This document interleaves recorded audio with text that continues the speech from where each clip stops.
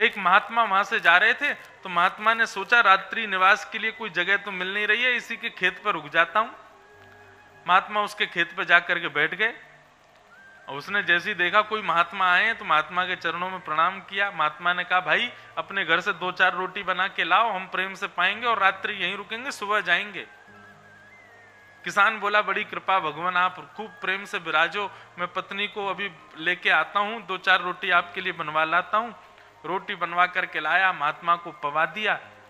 महात्मा से चरणों में प्रणाम करते हुए बोले, महात्मा जी हम लोग बहुत मेहनत करते हैं लेकिन हमारे घर में धन टिक नहीं पाता। महात्मा बोले, तो तुम हमसे दीक्षा ले लो, हमको गुरुजी बना लो अपना। गुरु बनाने का एक फायदा ये रहता है कि गुरुजी जितना भजन करते हैं उसका 50% शिष्य को मिलता है। इसलिए भजन हम करेंगे और तुम यहां पर अपना बढ़िया हल चलाया करना, कल्याण तुम्हारा होता रहेगा। उसने कहा, जो कृपा भगवान, अब आप मुझको गुरु दीक्षा दे दो। महात्मा बोले, अब इसको कोई श्लोक वगैरह दूंगा, गुरु मंत्र दूंगा, ये कर तो पाएगा नहीं, इसको सीधा सीधा भगवान का नाम दे देता हूं।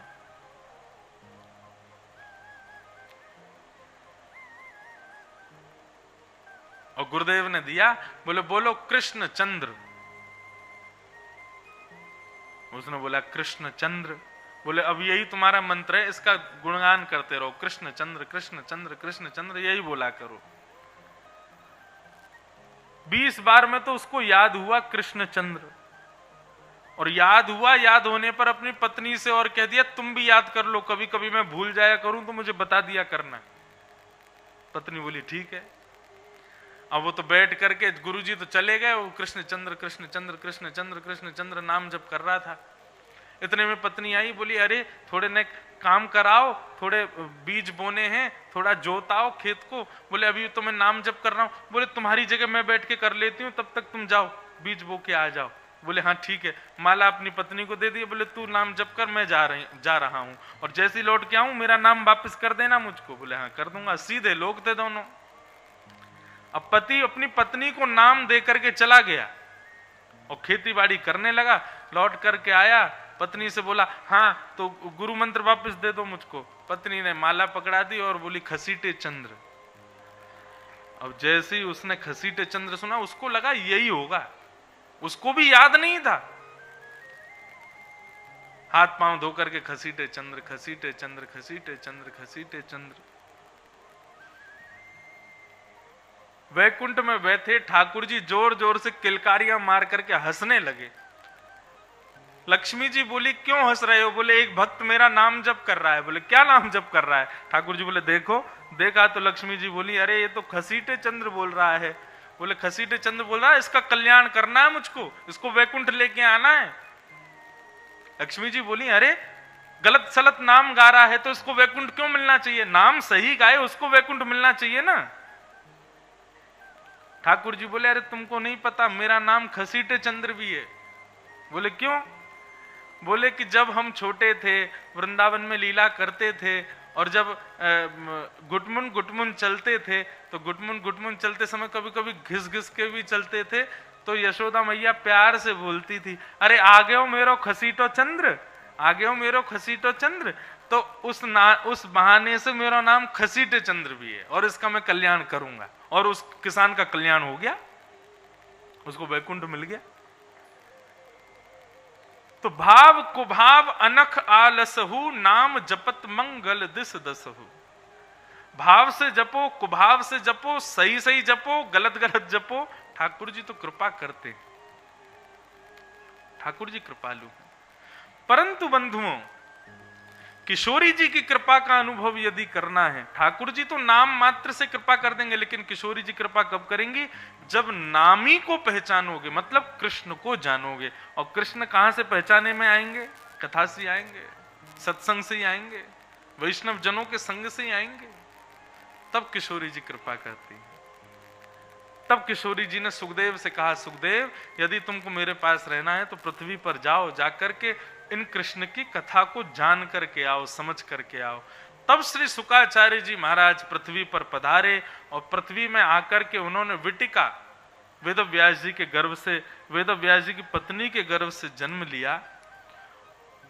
पहले तो वो निर्गुण निराकार ब्रह्म की उपासना में चले गए, लेकिन फिर वेद व्यास जी ने बुला करके उनको सगुण साकार ब्रह्म का उपासी बना करके भागवत का ज्ञान प्रदान किया। और उन्हीं सुखदेव जी ने ये भागवत की कथा परीक्षित को सुनाई। अब यहां प्रश्न करने लगे ये परीक्षित कौन है? तब परीक्षित की कथा के भाव में महाभारत की कथा सुनाई गई। परीक्षित कौन है? अब यहां महाभारत का थोड़ा सा अंश सुनाया जाएगा, ध्यान से सुनना। कि यदा मृधे कौरव सृजयानां वीरे स्वथो वीर गतिं गतेषु ब्रकोदरा विग्ध गदा विमर्श भ्रगनोरुदंडे धृतराष्ट्रपुत्रे।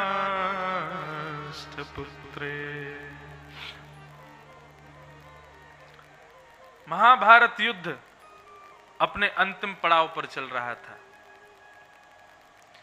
भीम और दुर्योधन के बीच में युद्ध चल रहा था।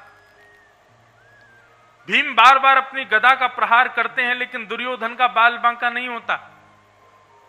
तब भगवान ने इशारा किया, बोले जंघा पर मारो, तब मरेगा ये। जैसे ही जंघा पर प्रहार किया, जंघा की हड्डी टूटी और दुर्योधन गिर पड़ा। और महाभारत का युद्ध पांडव जीत गए। पांडव जीत तो गए, परंतु दुर्योधन अब भी बदले की आग में जल रहा था। तभी गुरुपुत्र अश्वत्थामा को बुला करके कहा कि तुम पांचों पांडवों को सोते हुए ही मार दो। अश्वत्थामा पांचों पांडवों को मारने के लिए जा रहा था, परंतु ठाकुर जी रक्षक जिसके, उसको कौन मार सकता है? पांचों पांडवों को अर्धरात्रि में ही ठाकुर जी शिविर से निकाल के कहीं और ले गए। परंतु द्रौपदी के 5 पुत्र वहीं सोते रह गए और अश्वत्थामा ने अंधेरे के कारण द्रौपदी के 5 पुत्रों को मार दिया। उनके सर ले जाकर के जब दुर्योधन को दिखाए तो दुर्योधन ने कहा, अरे दुष्ट, ये 5 पांडव नहीं है, ये द्रौपदी के 5 पुत्र हैं जिनको मार करके तू लाया है। और इसी शोक में दुर्योधन के प्राण निकल गए। प्रातः काल का समय हुआ, सब पांडव आनंद मना रहे थे, सब पांडव प्रसन्न हो गए थे कि भैया अब हम लोग उत्सव मनाएंगे। लेकिन इतने में ही देखते हैं शिविर से रक्त की धार बह रही है।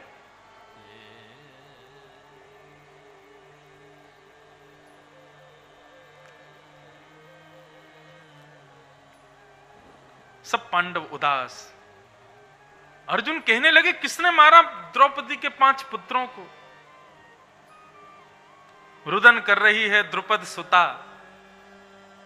तभी अर्जुन ने प्रतिज्ञा ले ली, बोले द्रौपदी तुम रो मत, मैं वचन देकर के कहता हूं, मैं गांडीवधारी धनुषधारी अर्जुन नहीं कहलाऊंगा यदि तुम्हारे बालकों के हत्यारों को नहीं लाया तो।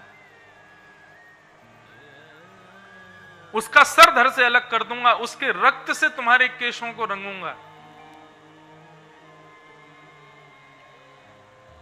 अर्जुन निकल पड़े। कृतवर्मा, अश्वत्थामा आदि की तलाशी ली तो अश्वत्थामा दोषी करार हुए।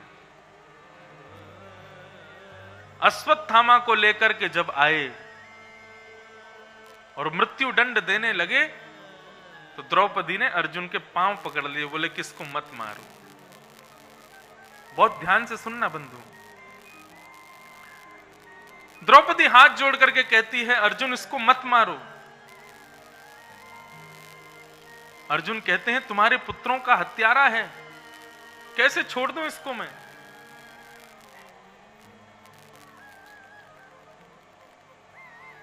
द्रौपदी कहती है, ये गुरुपुत्र है और गुरु के अनंत उपकार हैं हमारे ऊपर, इसको मत मारो। अनेक अनेक बातें द्रौपदी ने कही, क्यों ना मारें? पुत्र के मरने पर मां को कितनी पीड़ा होती है मैं जानती हूं, अर्जुन इसको मत मारो, इसको मुक्त कर दो। और सबसे बड़ी बात, हम क्षत्रिय हैं और ये ब्राह्मण हैं, ब्राह्मणों के तो सदैव चरण स्पर्श करने चाहिए, मारने का अधिकार नहीं है ब्राह्मण को। सब बातें जब सुनी अर्जुन ने, युधिष्ठिर की तरफ देखा। युधिष्ठिर बोले मैं द्रौपदी के पक्ष में हूं, उसको मत मारो। भीम बोले तूने छोड़ दिया तो मैं मार दूंगा। नकुल सहदेव बोले नहीं, हम भी द्रौपदी के पक्ष में, इसको मत मारो। अर्जुन ने अंत में भगवान से पूछा मुझे क्या करना चाहिए। भगवान प्रत्युत्तर देते हैं, ब्रह्म बंधुर न हंतव्य आतताई बधारहण। अर्जुन, ब्राह्मण कैसा भी क्यों ना हो उसको मारना नहीं चाहिए, और बालकों का हत्यारा कोई भी क्यों ना हो उसको छोड़ना नहीं चाहिए। बहुत ध्यान से सुनना।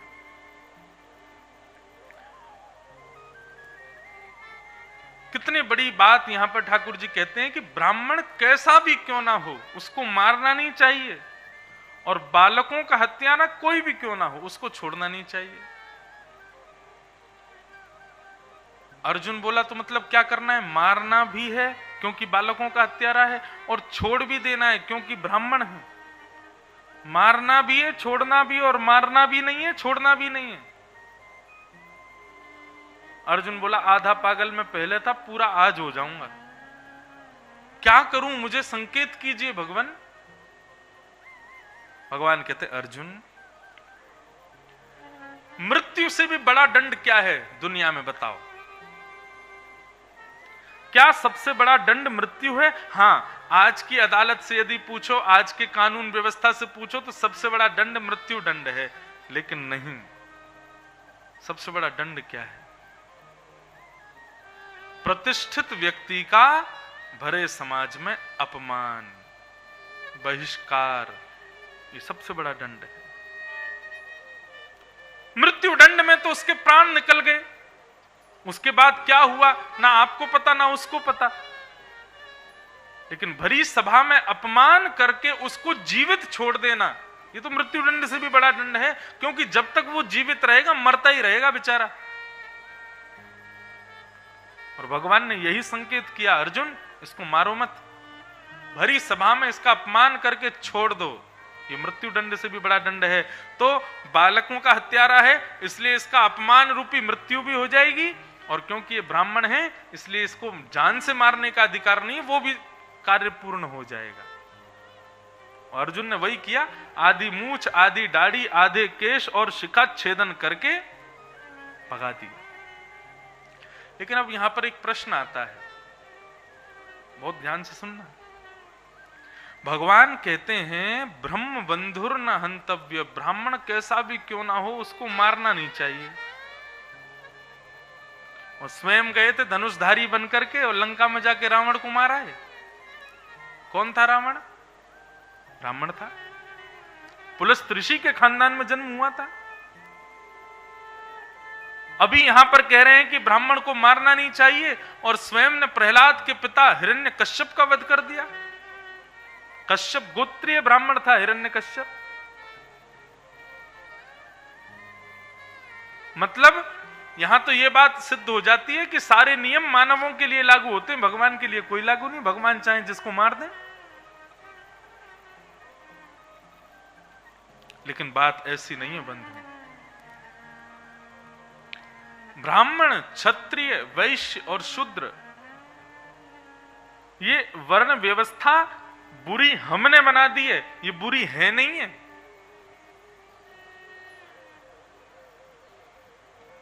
और इन पंच वर्ण व्यवस्थाओं का वर्णन कैसे किया जाता है? जो चार काम करे वो ब्राह्मण। पहला, पढ़े और पढ़ावे। तीसरा, दान लेवे और दान देवे। ये चार काम जिसकी गति में आते हों वो ब्राह्मण है। दूसरा बताया, जो अपने परिवार के लिए, राष्ट्र के लिए शस्त्र अस्त्र हाथों में धारण करे, युद्ध के लिए जावे, वो कौन है? क्षत्रिय। और वैश्यों के लिए गीता में कहते हैं भगवान, वैश्य कौन? जो गौ सेवा करे और व्यापार करे, खेती बाड़ी करे, वो वैश्य है। गौ सेवा का अधिकार वैश्यों को दिया गया है गीता के अनुसार।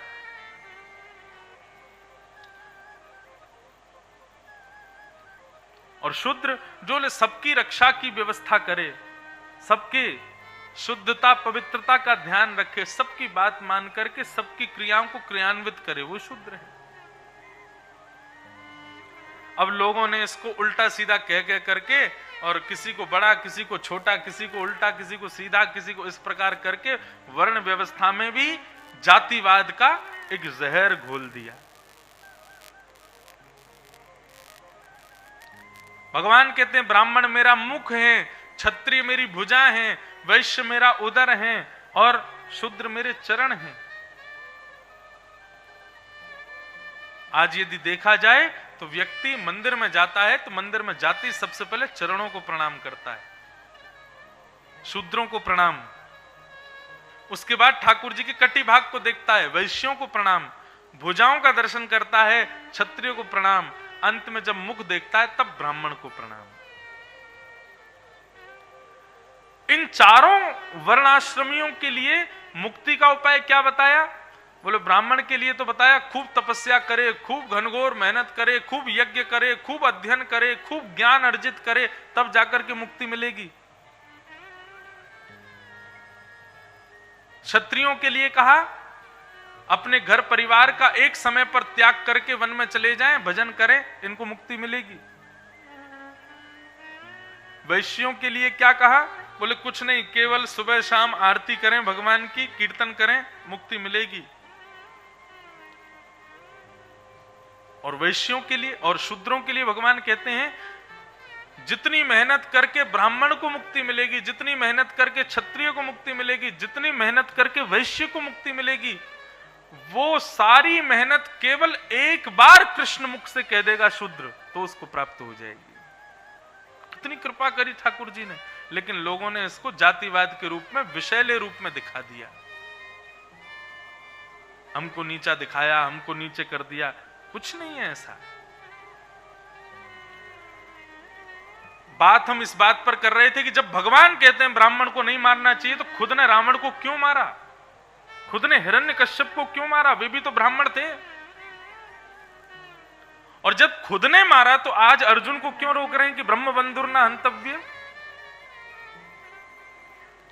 तो गीता में इसका प्रत्युत्तर देते हैं भगवान, और भगवान कहते हैं मैंने चतुर्वर्णाश्रमियों का वर्णन किया, दान देवे दान लेवे, दान देवे दान लेवे, पढ़े पढ़ावे ब्राह्मण, युद्ध करने के लिए शस्त्र उठावे क्षत्रिय, व्यापार करे गौ सेवा करे वैश्य, और इन सबकी सेवा करे शूद्र। अब भगवान कहते हैं यदि किसी व्यक्ति का जन्म तो इन्हीं जातियों में हुआ, इन्हीं वर्णों में हुआ, परंतु वो दूसरे वर्णाश्रमी का कर्म करेगा तो वो उसी वर्ण का माना जाएगा जिस वर्ण का वो कर्म कर रहा है। समझ में आई बात? यदि मैं आज तिलक मिटा करके, चोटी कटवा करके, धोती उतार करके, हाथ में अस्त्र शस्त्र लेकर के घोड़ा पर बैठ करके युद्ध करने के लिए जाऊंगा तो भले ही मेरा जन्म ब्राह्मण कुल में हुआ, लेकिन कर्म से मैं क्षत्रिय माना जाऊंगा। यदि मैं टाई लगा करके और 3 पीस सूट पहन करके बिजनेस करना शुरू कर दूं तो भले ही मेरा जन्म ब्राह्मण कुल में हुआ, लेकिन मैं कर्म से वैश्य ही माना जाऊंगा। ठाकुर जी बोले मैंने रावण को इसलिए मारा क्योंकि रावण के हाथ में वेद होना चाहिए था, रावण के हाथ में पुराण शास्त्र होने चाहिए थे, लेकिन वो रावण शस्त्र लेकर के खड़ा है। जब रावण ने शस्त्र उठाया तो वो कौन हुआ? क्षत्रिय हुआ, इसलिए उसकी मृत्यु। परंतु जब बात आती है अश्वत्थामा की, अश्वत्थामा निहत्था है इस वक्त, युद्ध मैदान में सामने खड़ा होता, अर्जुन मैं कह देता मार दो, लेकिन ये युद्ध मैदान नहीं है, इसने छल करके बालकों को मारा है। ये युद्ध भूमि नहीं है, यहां पर ये क्षत्रिय नहीं है, यहां पर ये ब्राह्मण ही है, इसलिए इसको मत मारो। अर्जुन ने अपमान करते हुए अश्वत्थामा को भगा दिया, परंतु अश्वत्थामा की अपमान की ज्वाला अभी भी जल रही थी, और अश्वत्थामा बोला ऐसा सबक सिखाऊंगा कि पांडव जीवन भर याद रखेंगे। पांडवों के वंश में अब कोई जल देने वाला भी नहीं बचा, इनका अंतिम संस्कार करने वाला भी नहीं बचा, सबको मैंने मार दिया, सब महाभारत युद्ध में मारे गए। केवल एक बालक बचा है जिसका अभी तक जन्म नहीं हुआ, और वो कौन है? अर्जुन के पुत्र अभिमन्यु की पत्नी अभी गर्भवती है, उसका बालक हुआ नहीं है। यदि मैंने उसके गर्भ को बालक को मार दिया, मतलब अर्जुन के नाती को गर्भ में ही यदि मैंने नष्ट कर दिया, तो पांडवों का वंश यहीं पर खत्म हो जाएगा। और इसी भाव से अश्वत्थामा ने उत्तरा के गर्भस्थ शिशु को नष्ट करने के लिए ब्रह्मास्त्र छोड़ दिया। भगवान यहां द्वारिका के लिए प्रस्थान कर रहे थे, सब पांडवों से कह रहे थे अब मैं द्वारिका के लिए जा रहा हूं, आप सब अपना ध्यान रखना। जैसे ही द्वारिका के लिए रथ बढ़ा है ठाकुर जी का, इतने में ही उत्तरा दौड़ी दौड़ी आई है। पाही पाही महायोगिन देव देव जगतपते, नान्यम तद्भयम पश्ये यत्र मृत्यु परस्परम। हे जगतपते, हे जगन्नाथ, मेरी रक्षा करो। मेरी रक्षा ना कर सको तो मेरे गर्भ के बालक की रक्षा करो। ये ब्रह्मास्त्र मुझे नष्ट कर देगा, और मैं यदि मर गई तो मेरे गर्भ का बालक मर जाएगा। मेरे पति को चक्रव्यूह बना करके इन कौरवों ने पहले ही मार दिया है। इस बालक के सहारे अपना जीवन जीऊंगी, नाथ इस बालक की रक्षा करो। भगवान के सामने जब पूर्ण समर्पण से दौड़ी है उत्तरा, ठाकुर जी इतने में ही एक रूप से तो बाहर खड़े हैं और दूसरे रूप से अंगुष्ठ मात्र वायु के रूप में प्रकट हो गए, और उत्तरा की श्वास नली से गर्भ में प्रवेश करके ठाकुर जी ने अपनी चक्रा नाम की गदा को इतनी द्रुत गति से घुमाया, इतनी द्रुत गति से घुमाया कि उत्तरा के गर्भस्थ शिशु की रक्षा हो गई। अब देखो यहां पर एक बात, आप कहोगे ठाकुर जी आज भी ऐसी रक्षा करते हैं? निश्चित करते हैं। दो चीजें चाहिए, पहला तो आत्मसमर्पण और दूसरा विश्वास। आज उत्तरा ने पूर्ण समर्पण और विश्वास के साथ ठाकुर जी को पुकारा। वो गलती नहीं की जो गलती एक बार द्रौपदी ने की थी। भरी सभा में चीरहरण हो रहा था द्रौपदी का। द्रौपदी ने मन में विचार किया मेरे 5 पति हैं, ये मेरी रक्षा करेंगे। 5 ने रक्षा नहीं की। तब द्रौपदी ने विचार किया, ये भीष्म पितामह, द्रोणाचार्य, कृपाचार्य बड़े बूढ़े बैठे, ये अपनी बहू को निर्वस्त्र होते नहीं देख पाएंगे। उन्होंने भी रक्षा नहीं की। तब अंत में द्रौपदी ने अपनी रक्षा स्वयं की, लेकिन तब भी दुशासन के आगे हार गई। तब वसन रूप भय श्याम, वस्त्र के रूप में ठाकुर जी पधारे और द्रौपदी की रक्षा की। परंतु द्रौपदी पहले ठाकुर जी के समीप नहीं गई, पहले अपना बल लगाती है, अपने पति, अपने सब परिवार की ओर जाती है। अंत में जब लगा कि अब कोई काम नहीं आएगा, तब ठाकुर जी को आत्मनिवेदन किया, पूर्ण समर्पण किया। तब ठाकुर जी रक्षक बन के आए। लेकिन आज उत्तरा ने गलती नहीं की। उत्तरा किसी के पास नहीं गई, सीधी भगवान के पास ही गई, मेरी रक्षा करो नाथ। महाभारत प्रसंग का एक बहुत सुंदर भाव सुनिएगा। जब महाभारत युद्ध सुनिश्चित हो गया कि अब युद्ध होगा, तब अर्जुन और दुर्योधन दोनों भगवान के पास गए। भगवान से जाकर के कहा महाभारत युद्ध होने वाला है, भगवान आप किस पक्ष में रहेंगे?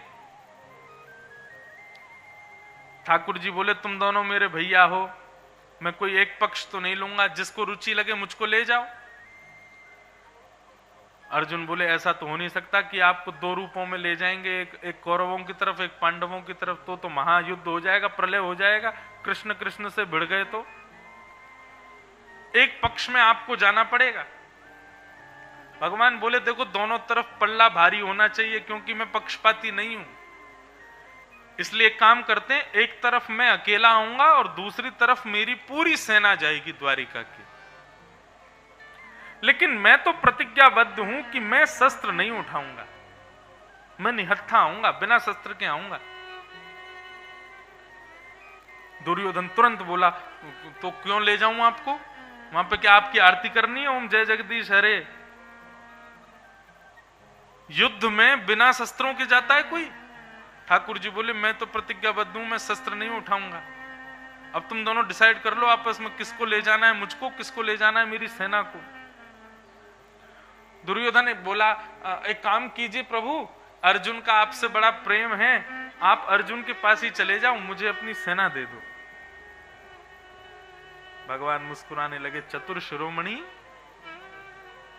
एक तो इतनी बड़ी सेना तेरी, ऊपर से द्वारिका की सेना भी ले जाएगा, और आज तुझे बड़ा मेरा और अर्जुन का प्रेम दिखाई दे रहा है?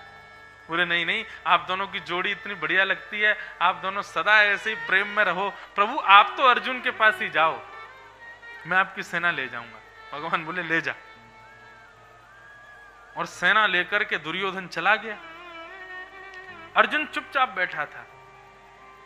भगवान बोले फंस गया, सेना ले जाता। अब सेना तो चली गई पांडवों के कौरवों के पास में, अब तुम्हारे पक्ष में तो मैं आऊंगा, और मैं भी शस्त्र नहीं उठाऊंगा, बिना शस्त्र के आऊंगा। कुछ नहीं, तुमको और सेवा करनी पड़ेगी मेरी। सुबह भोजन देना पड़ेगा, मध्याह्न भोजन देना पड़ेगा, रात्रि भोजन देना पड़ेगा। मुझे तो भूख ज्यादा लगती है, रथ में भी 2-4 टिफिन तो रखने पड़ेंगे, क्यों युद्ध करते करते भी खाता रहूंगा मैं। अर्जुन मुस्कुराए और ठाकुर जी के पास जाकर के बोले, आपसे किसने कहा कि मैं आपसे कुछ मांगने आया था? मैं दुर्योधन की तरह कुछ मांगने नहीं आया था आपसे। भगवान बोले तो क्यों आए थे? मुझको मांगने आए थे? बोले ना, ना मुझे आप चाहिए और ना मुझे आपसे कुछ चाहिए, मैं इन दोनों कामों के लिए नहीं आया था। भगवान बोले तो फिर क्यों आया था? अर्जुन ने ठाकुर जी के चरण पकड़ के अपना सिर नीचे झुका दिया और कहा, महाभारत युद्ध होने वाला है भगवान, इसलिए मैं तो खुद को देने आया था, मुझको रख लीजिए, मुझको अपनी शरण में ले लीजिए भगवान। और इस महाभारत युद्ध में मुझे क्या करना है, कब कैसे क्रियान्वित होना है, कहां युद्ध करना है, क्या करना है, मैं अपने बल पर कुछ नहीं कर सकता, इसलिए मैं खुद को देने आया हूं। आप बताओ मैं क्या करूं? करिष्ये वचनम तव। इसको कहते हैं समर्पण। भगवान के नेत्र सजल हो गए। मैं अपनी जिम्मेवारी अपने ऊपर लेकर के नहीं आया हूं प्रभु, अपनी जिम्मेवारी आपको देने आया हूं। महाभारत युद्ध होने वाला है, मुझे कुछ नहीं पता मुझे क्या करना है, इसलिए आप मेरे सिर पर आ जाइए और मुझे बताइए मैं कहां क्या क्या करूं। केवल इस वजह से अर्जुन जीत गया महाभारत का युद्ध। यदि अर्जुन भगवान को मांगने आता ना तो भी हार जाता, और भगवान से मांगने आता तो भी हार जाता। अर्जुन मांगने या भगवान को लेने नहीं आया था, खुद को देने आया था।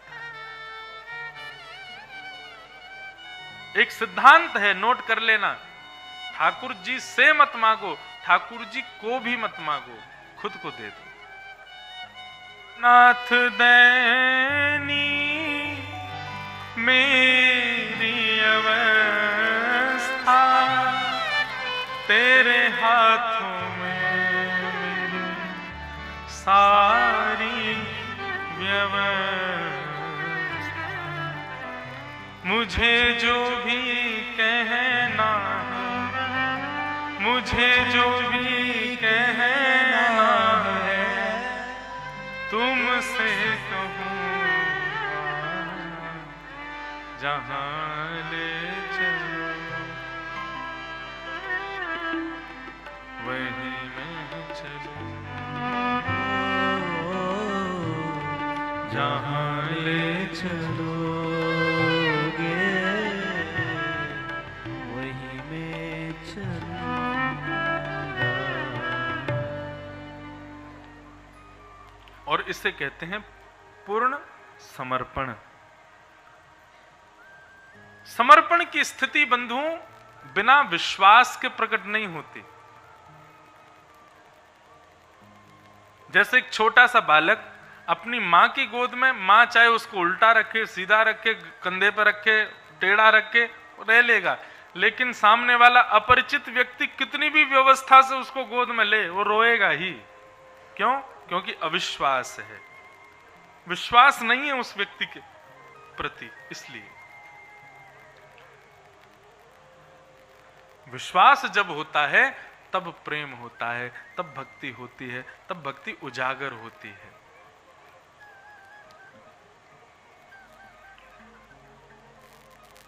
आज उत्तरा ने आकर के भगवान के सामने समर्पण किया, भगवान ने उनके गर्भ में जाकर के रक्षा की।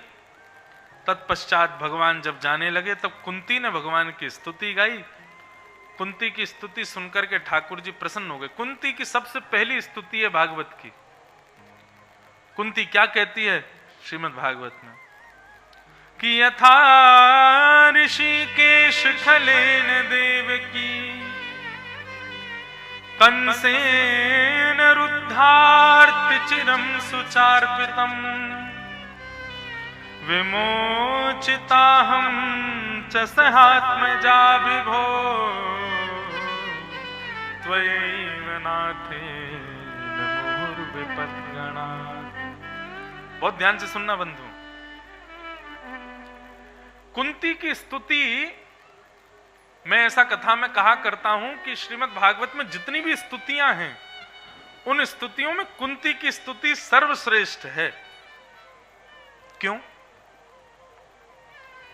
शब्द के अभिप्राय से नहीं, भाव के अभिप्राय से नहीं, केवल एक बात ऐसी कहती है कुंती, उस बात की वजह से कुंती की स्तुति सबसे अच्छी है।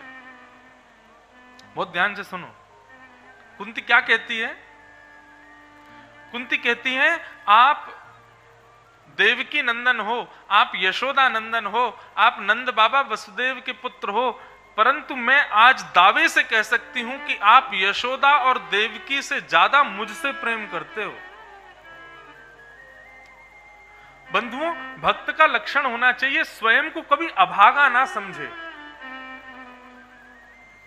बहुत ध्यान से सुनिए, स्वयं को कभी अभागा ना समझे, किसी भी प्रकार की अयोग्यता पर ठाकुर जी को प्रक्षेप ना करे। हम लोगों की स्थिति कैसी है, हमारे साथ में जरा भी प्रतिकूलता हो जाती है ना जीवन में, जैसा हम चाहते थे उसके विपरीत यदि जरा सी भी स्थिति आ जाती है तो हम लोग उसका बहाना देकर के ठाकुर जी से कह देते हैं कि अब क्या करें, आपने ही ऐसा कर दिया है, इस वजह से आपकी भक्ति नहीं कर पा रहा, आपने ही मुझे जो है मेरी बुद्धि में ऐसा भर दिया इसलिए आपकी सेवा नहीं कर पा रहा, क्या करें, आपने ऐसी पत्नी दे दी है वही भजन नहीं करने देती, आपने ऐसा पति दे दिया है, आपने ऐसे बच्चे दे दिए। इस प्रकार नहीं, कभी स्वयं को अभागा नहीं समझना चाहिए। ठाकुर जी जो प्रदान करें उसमें भी भक्त कौन, जो उसमें भी यह खोजे कि इसमें भलाई क्या हुई। आज कल एकादशी थी, आज सबने दबा के रोटियां खाई हैं, दबा के सुबह से एकादशी के बाद में तोड़ा अपना व्रत। लेकिन सुदामा जी की स्थिति कैसी थी? एकादशी के दिन व्रत होता था, सुदामा जी की पत्नी, सुदामा जी के बच्चे सब व्रत करते थे। लेकिन द्वादशी के दिन जहां पूरे विश्व के लोग व्रत तोड़ते थे, सुदामा जी व्रत तोड़ने के लिए जब पत्नी से कहते देवी कुछ बनी हो सामग्री तो दे दो, और कहां से लाएं सामग्री, कुछ नहीं है घर में, ना अनाज है, ना दाल है, ना चावल है, कुछ भी नहीं है। तो सुदामा जी इस भाव पर रोते नहीं थे, अपने कर्म पर हाथ रख के बैठते नहीं थे, बल्कि खुश होकर नाचने लगते थे। पत्नी कहती नाच क्यों रहे हो? बोले मैं इसलिए नाच रहा हूं, दुनिया पर कितनी कम कृपा है ठाकुर जी की। क्यों? बोले दुनिया के लोग 15 दिन में एक ही बार एकादशी करते हैं, लेकिन मैं और तू तो 15 दिन में 2-2 बार एकादशी कर रहे हैं। कल भी एकादशी थी, आज भी एकादशी। और देवी यदि कल अन्न मिल जाए तो कृपा, और यदि कल भी अन्न ना मिले ना तो समझना 3 दिन की एकादशी। अपनी हर विषम परिस्थिति में भी ठाकुर जी के भाव का अनुभव करने वाला ये वैष्णव का लक्षण है, ये भक्त का लक्षण है। स्वयं को अभागा कह करके स्वयं के दुर्भाग्य पर, कर्म पर हाथ धर के बैठ जाता है, भगवान से कहता कैसे करूं, आपने ऐसी कर दिया है, सब व्यवस्था बिगाड़ दी है, कैसे करूं।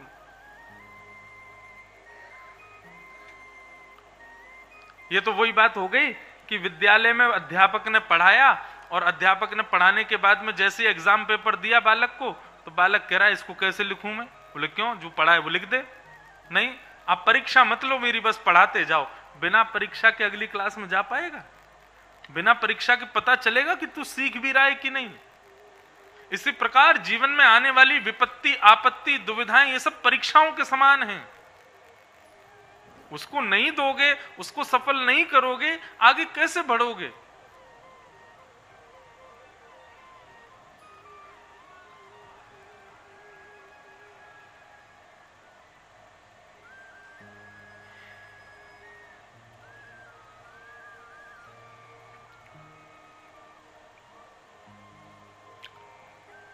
कुंती भगवान से एक बात कहती है और केवल उस बात की वजह से कुंती की स्तुति सर्वश्रेष्ठ है। कुंती क्या कहती है कि आप भले देवकी नंदन, यशोदा नंदन, नंद नंदन, वसुदेव नंदन हो, लेकिन आप देवकी, वसुदेव, यशोदा, नंद बाबा से भी ज्यादा मुझसे प्रेम करते हो। ठाकुर जी बोले इतने दावे से कैसे कह सकती हो कि मैं तुमसे बहुत प्रेम करता हूं? तुम्हारे साथ कुछ अच्छा तो हुआ नहीं आज तक। छोटी सी थी तुम, बाल्य अवस्था में बिना विवाह के तो तुमको बालक प्राप्त हो गए, देवताओं की कृपा से मिले ना पांडव। विवाह हुआ तो ऐसे ऐसे व्यक्ति से हुआ, वो पीलिया का मरीज, और उसको भी श्राप लगा हुआ था कि सहवास की कामना से पत्नी के पास जाओगे तो मर जाओगे। पति की मृत्यु हो गई युवावस्था में ही। छोटे छोटे बच्चों को पाल पोस करके बड़ा किया। जब उनका हक दिलाने की बात आई, हस्तिनापुर का राजा बनाने की बात आई, तो कौरवों ने हड़प लिया सारा राज्य, और तुम्हारे बच्चों को 14 वर्ष के लिए वन में भटकना पड़ा। लाक्षा भवन में जलाने की कोशिश की। महाभारत जैसा विशाल युद्ध हुआ जिसमें अपने एक पुत्र को तुमको गंवाना पड़ा। कौन? कर्ण। 5 बच्चों की रक्षा के लिए एक पुत्र को गंवाना पड़ा। इतनी सम विषम परिस्थितियां तुम्हारे जीवन में आई और उसके बाद भी तुम कहती हो कि मैं तुमसे बहुत प्रेम करता हूं। कैसे कह सकती हो? यहां व्यक्ति के जीवन में एक दुविधा आ जाती है, वो सबसे पहले क्या करता है? मंदिर बंद करता है। भगवान को निकालो यहां से, इन्होंने ऐसा किया कैसे मेरे जीवन में, इन्होंने मेरे साथ विपरीत व्यवस्था की कैसे। और यहां कुंती के जीवन में शुरुआत से लेकर अंत तक एक बार भी सुख का समय नहीं आया, और कुंती कह रही है कि आप मुझसे बहुत प्रेम करते हो। यही तो बात है। कुंती कहती है नाथ, आपने मेरे को विषम परिस्थितियां पता है क्यों दी? क्योंकि आप जानते हो सम परिस्थिति में आपकी याद कम आती है, विषम परिस्थिति में आपकी याद ज्यादा आती है, इसलिए आप विषम परिस्थिति देते हो। ये केवल ताली बजाने वाली बात नहीं, मानते हो तो बजाना। जब सम परिस्थिति होती है, भोजन 3 समय बढ़िया भरपेट मिलता है, ठाकुर जी की याद उतनी नहीं आती, फिर नींद की याद आती है कि कहां कंबल मिले, रजाई ओढ़ के सो जाएं चक। लेकिन जिस दिन भोजन नहीं मिलता, जिस दिन रोटी खाने को नहीं मिलती, बढ़िया सब्जी नहीं बनती और भूखे रह जाते हैं, हे जगन्नाथ कृपा करो, कहीं कुछ बढ़िया मिल जाए, कहीं कुछ पाने को मिल जाए, कहीं कोई कृपा कर दो हम पर। विषम परिस्थिति में भगवत स्मृति ज्यादा होती है। और ठाकुर जी आपने मेरे संपूर्ण जीवन को विषमता से भर करके यह बता दिया कि मैं आपको याद करती हूं, आपको बहुत अच्छा लगता है, इसलिए आप बार बार विषम पर विषम परिस्थितियां मुझे देते रहते हो ताकि मैं आपको याद करती रहूं। इस बात से मैं कह रही हूं कि आप मुझसे बहुत प्रेम करते हो। हाँ, कोई अपनी विषमताओं को कैसे सौभाग्य मान सकता है? ये तो कुंती के ऊपर ही कृपा है बस ठाकुर जी की।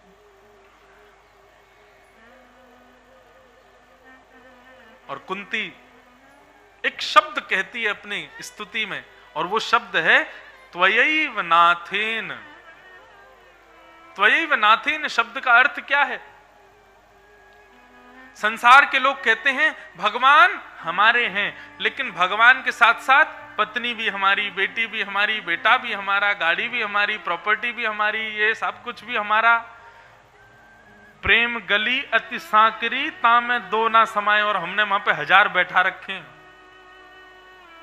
प्रेम गली में जहां 2 नहीं बैठ पाते, हमने वहां पे हजारों लाखों बैठा रखे हैं। एक मन रसगुल्ला को भी दे रखा है, रसगुल्ला भी बैठा है मन में। एक मन चाट भल्लों को भी दे रखा है, वो भी बैठा है मन में। एक मन पत्नी को भी दे रखा है, एक मन बच्चों को भी दे रखा है, एक मन गाड़ी घोड़ा को भी दे रखा है, एक मन संपत्ति को भी दे रखा है। कितनी जगह मन को बांट रखा है हम लोगों ने। लेकिन कुंती कहती है नाथ, दुनिया कहती है कि आप हमारे हो, लेकिन आपके साथ साथ संसार भी हमारा है। लेकिन कुंती कहती है केवल आप हमारे हो और आपके अलावा संसार में कोई हमारा नहीं है। कुंती की ये बात सबसे प्रधान है।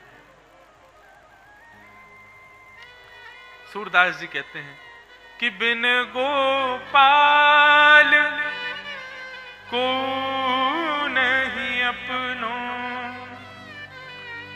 बिन नंद लाल को नहीं अपनो, जासो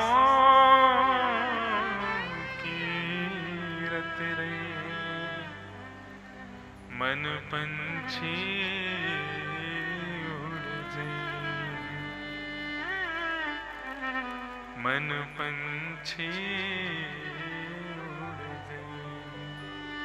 सूरदास जी कहते हैं जा प्रियतम सो प्रीत घनेरी, जा प्रियतम सो प्रीत घनेरी, सो देख डर जइहे मन पंछी।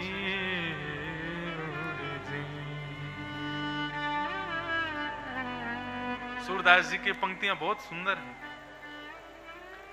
सूरदास जी कहते हैं जिस प्रियतम से बहुत प्रेम करते हो, जिस पति के साथ 7 फेरे लेते हो और 7 जन्मों तक साथ रहने का कसमें वादे करते हो,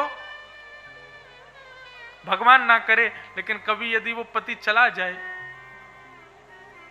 पत्नी खूब रोएगी मेरा पति कहां चला गया, मेरा पति मुझे छोड़ के क्यों चला गया। 3-4 दिन हो गए पति को गए हुए, 5 दिन बाद यमराज से पति जाकर के कहे मेरी पत्नी बहुत रो रही है, बहुत बिलग रही है, मुझे वापस भेज दो। यमराज कहेंगे संभव नहीं है, एक बार जो पृथ्वी से आ गया वो वापस नहीं जाता, और तुम्हारे शरीर को जला पजरा के राख कर दिया इन लोगों ने, अब कहां जाओगे। अरे नहीं देखो तो सही मेरी पत्नी कितना रो रही है, मुझको याद कर रही है, एक बार वापस भेज दो। तब यमराज जी कृपा कर देते, बोले अच्छा ठीक है चले जाओ, जाओ अपनी पत्नी से मिलाओ। अब देह तो है नहीं तो बेचारा आत्मा रूप धारण करके आता है। 5-6 दिन बाद पत्नी रात में सो रही थी, पति पंखा पे ऊपर बैठा था, देह धारण करके तो आया नहीं है, बेचारा आत्मा के रूप में बैठा ऊपर, इंतजार कर रहा है मेरी पत्नी जगे, जैसी मुझको देखेगी खुश हो जाएगी मेरे पति वापस आ गए। सूरदास जी कहते हैं रात्रि में जैसी पत्नी की आंख खुली और आंख खोलते ही ऊपर देखा कि पति बैठा है, इतने में ही भागी महाराज। कहां भागी? पंडितों के पास गई, ब्राह्मणों के पास गई, झाड़ फूक लगाने वालों के पास गई, पूरे घर में गंगा जल का छिड़काव करने लगी, यज्ञ कराने लगी। बोले क्यों? मेरे पति देव ऊपर पंखा पे बैठ के मुझे टार रहे थे, प्राण निकल गए, भूत बन करके आए, इनको भगाओ यहां से। जा प्रियतम सो प्रीति घनेरी, सो देख डर जई हैं। सूरदास जी कहते हैं जो तुमको जिसको तुम अपना बहुत खास मानते हो उसके प्राण निकल जाने के बाद भी यदि वो वापस आ जाए तो उसको देख के डर लगेगा? तो फिर ये कैसा प्रेम जिससे तुम डर जाओ? सूरदास जी कहते हैं, बिन गोपाल को नहीं अपनो। पंडाल से निकल करके बाहर गए, जैसी गली में बाहर गए, गली में राइट टर्न लेते ही तभी क्या दिखता है? पीली पीतांबरी पहने, सिर पर मुकुट धारण किए, सुंदर मोर पंख के पीछ धारण किए, त्रिभंग लली श्याम सुंदर खड़े। देख करके डरोगे क्या? नहीं डरोगे। भले एक क्षण दिख के भले ही वो गायब हो जाए, व्याकुल हो जाओगे, कहां चले गए नाथ? मिदनापुर की गलियों में पागल बाबरे बने घूमोगे, कहां चले गए? लेकिन वही कोई सगा संबंधी यदि प्राण त्यागने के बाद में ऐसे दिख जाए, उस रास्ते से जाना बंद कर दोगे। क्यों? वो खड़ा है वो वहां पे, और जब जब निकलोगे तो भूत पिशाच नहीं आवे, महावीर जब नाम सुनावे ना से रोग हरे सब पीरा। सूरदास जी कहते हैं, जिसको देख के डर लगे उससे प्रेम कैसा, और जिसको देख के मन पुलकित हो जाए, वो गोपाल ही तो हमारे हैं केवल, और संसार में कोई हमारा नहीं है। मैं यहां पे कोई विरक्त बनाने नहीं आया हूं, कोई बैरागी बनाने नहीं आया हूं आप लोगों को। आप लोगों को सन्यास आश्रम में प्रवृत्त करने के लिए नहीं आया हूं मैं यहां पे। कहने का मतलब है, प्रेम सबसे करो, लेकिन ममता किसी से भी मत करो। ममता तो केवल गोपाल जी से करो। ममता किसे कहते हैं? ममत्व का मतलब होता है जिसके बगैर तुम ना रह सको, उसको ममता कहते हैं। ऐसी ममता संसार में मत करना। पत्नी से, बच्चों से, संसार के हर व्यक्ति से, मित्र से, यार दोस्तों से, सबसे प्रेम करो, लेकिन ममता तो केवल गोपाल जी से करो। ममता तो केवल और केवल कृष्ण से करो।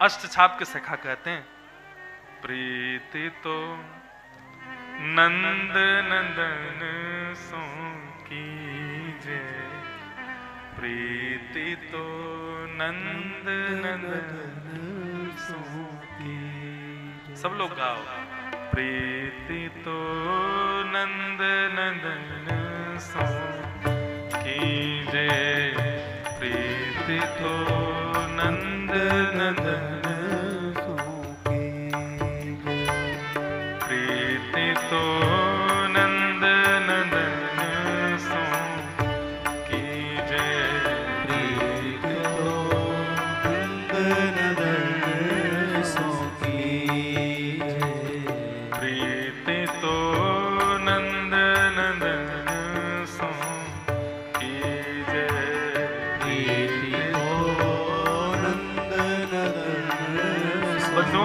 कीजे। ये मिदनापुर में पहली बार आए हैं। बंगाल में भी एक प्रकार से आप पहली कथा ही मानो। बंगाल में एक कथा पहले हुई थी रानीगंज में। रानीगंज के पास में उखड़ा एक जगह वहां हुई थी, परंतु बहुत साल हो गए उस कथा को, 3, 4, 5 साल हो गए। हाँ, 4 साल के लगभग हो गए।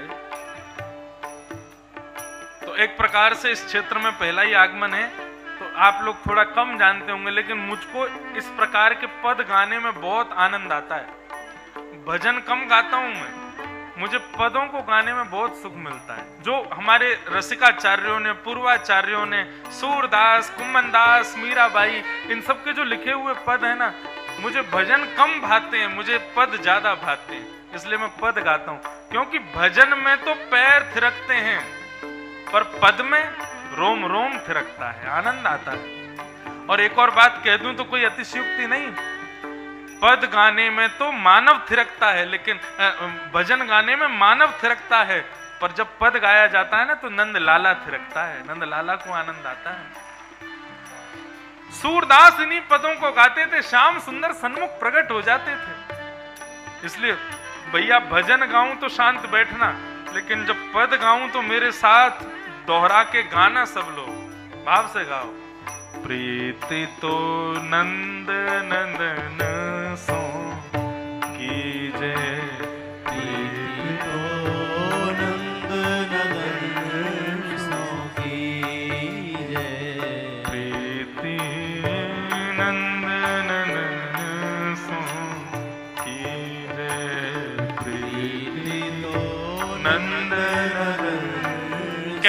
ब्रजनंदन क्या देखते हैं? ओ संपत्ति विपत्ति परे प्रतिपाले, संपत्ति विपत्ति परे प्रतिपाले, संपत्ति विपत्ति परे प्रतिपाले, संपत्ति परे प्रतिपाले, कृपा करे सो जीजे, कृपा करे सो गाइए। प्रीति नंदन नंदन सो कीजे, प्रीति ओ नंद नंदन सो कीजे, प्रीति नंद नंदन सो कीजे, प्रीति नंद नंदन सो कीजे।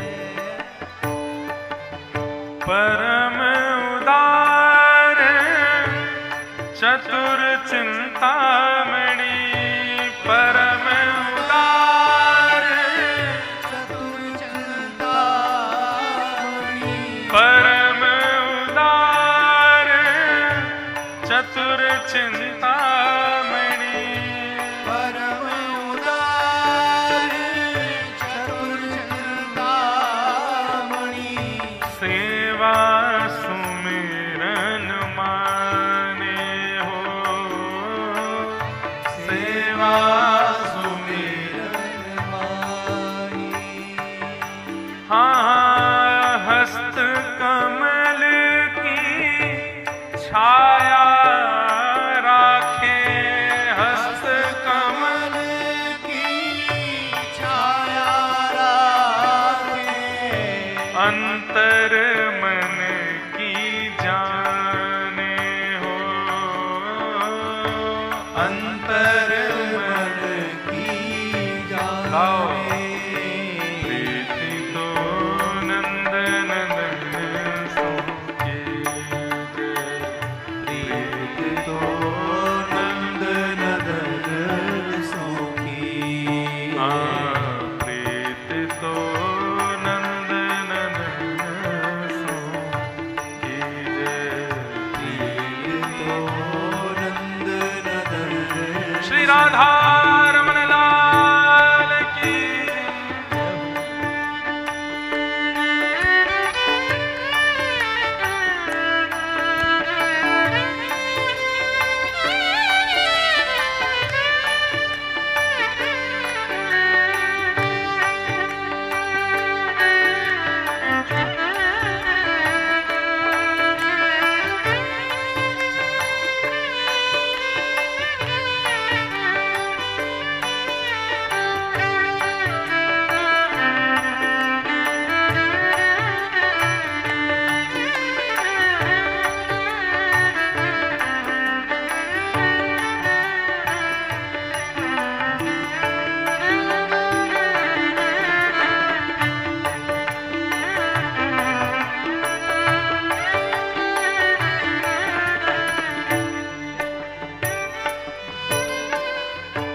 वेद पुराण भागवत बाखत, वेद पुराण भागवत वाचन, कियो भगत मन भायो,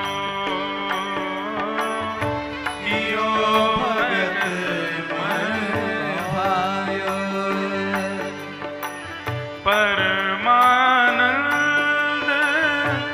इंद्र सो वैभव, परमानंद इंद्र सो वैभव, विप्र सुदामा पायो,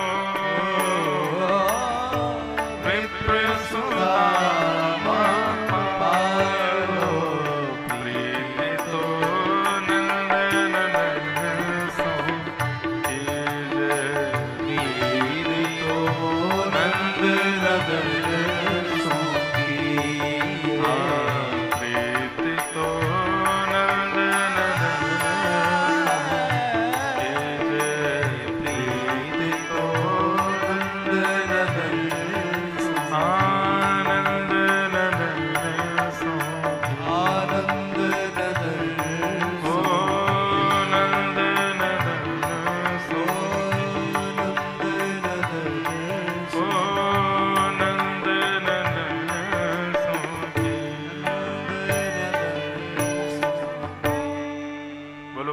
वत्सल भगवान की जय। प्रीति किससे करो? नंद नंदन से। बोले क्यों? फायदे में रहोगे। हम कलयुग के लोग फायदा बहुत देखते हैं, हमें फायदा हो रहा हो, प्रॉफिट हो रहा हो, हम वहीं जाते हैं। सबसे बड़ी प्रॉफिट की बात तो यह है कि ठाकुर जी से संबंध बनाने में प्रॉफिट में ही हो, घाटा तो कुछ है ही नहीं। घाटा है तो एक ऐसी वस्तु का है जिसका घाटा होना चाहिए, और वो है संसारिक वस्तु, संसारिक माया। उसका घाटा है ठाकुर जी के सन्मुख रहने से, वो तो होना ही चाहिए। परमानंद दास जी कहते हैं, संपत्ति विपत्ति परे परिपाले, कृपा करे सो जीजे। आप संपत्तिवान हो कि आप बिना संपत्ति के हो, इन सब पर विचार नहीं करते ठाकुर जी। बहुत धनवान हो या बिल्कुल निर्धन हो, भक्त होना चाहिए, कृपा से ही उसका बेड़ा पार कर देते हैं, सम रहते हैं सबके प्रति। परम उदार चतुर चिंतामणि, सेवा सुमिरन माने। संसार के लोगों को मित्र बनाओगे, संसार के लोगों से संबंध रखोगे, तो उनका कोई ना कोई प्रलोभन होगा। कभी कभी अपनी गाड़ी दे दिया करो हमको, कभी कभी थोड़े बहुत पैसे दे दिया करो ब्याज पे, कभी कभी हमको जो है कुछ भी आपके पास जो अच्छा होगा, आपसे संबंधी को वो चाहिए, कभी ना कभी तो चाहिए, कोई ना कोई स्वार्थ तो है उसका। लेकिन ठाकुर जी को आपसे कुछ भी नहीं चाहिए। परम उदार चतुर चिंतामणि, और किससे प्रसन्न रहते हैं? सेवा सुमिरन माने। केवल उनका सुमिरन करते रहो, उनकी सेवा करते रहो, उससे ही प्रसन्न है। और ऐसा भी नहीं कि बार बार सेवा करो, एक बार ही कर लो, भाव से कर लो, उसी से ही प्रसन्न हो जाते हैं ठाकुर जी। सबसे सस्ते में प्रसन्न होने वाले संबंधी है नंद नंदन, इसलिए इन्हीं से संबंध बनाओ। एक पद है, वो मैं गाता हूं, मुझे बड़ा प्रिय है। उसको गा करके आज के मंगल भाव को विराम देंगे। प्रेम और भाव से सब लोग गाना। श्याम सुंदर सदा हमको प्यारे रहे, हम उन्हीं के रहे, वो हमारे रहे। श्याम सुंदर सदा हमको प्यारे रहे, हम उन्हीं के। नेत्र बंद करके अपने ठाकुर जी का स्मरण करके सब गाओ मेरे साथ। श्याम सुंदर सदा हमको प्यारे रहे, हम उन्हीं के रहे, वो हमारे रहे। श्याम सुंदर सदा हमको प्यारे रहे, हम उन्हीं के रहे, वो हमारे रहे। ओ हम उन्हीं के रहे, वो हमारे रहे। हम उन्हीं के रहे, वो हमारे रहे। मोह माया की नदिया बही जा रही, मोह माया की नदिया बही जा रही। मोह माया की नदिया बही जा रही। मोह माया की नदिया बही जा रही। मन की ममता को खींचे चली जा रही। मन की ममता को खींचे चली जा रही। मन की ममता